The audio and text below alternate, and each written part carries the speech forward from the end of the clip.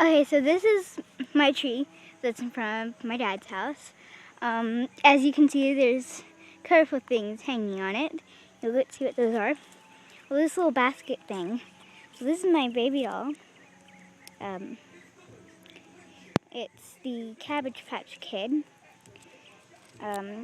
She's Layla, I think. Layla Kayla is what I remember. And her hair is so white and fluffy. As you can see, I put bows into her hair. And then right beside it, we have Fawn, which is another name for a baby deer. And he's hanging on a limb, even though he's not really supposed to be, because he's a fawn. But this was one of my first stuffed animals to set off my collection. And as you can see here, this little guy is a little bit colorful. I've taken a few pictures of him, but he is a Beanie Baby, as you can see. And if you flip him to his head, oh gosh, too big. He has this cute little figure of his head and cute little tongue sticking out, and he can hang by his tail. And as you can see here, you get to see some blue arms, and you get to see a blue face.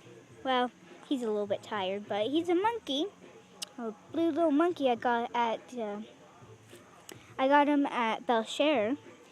I won him, and he hooks on by some Velcro, as you can hear.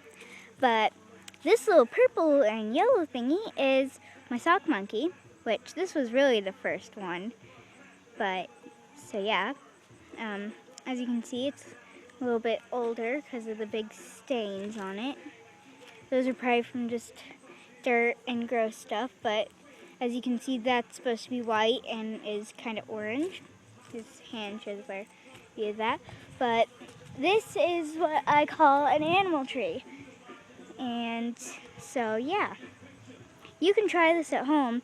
Just get a good tree, so if you have like a baby doll or something, you can stick it in a basket with its cute little ribbons.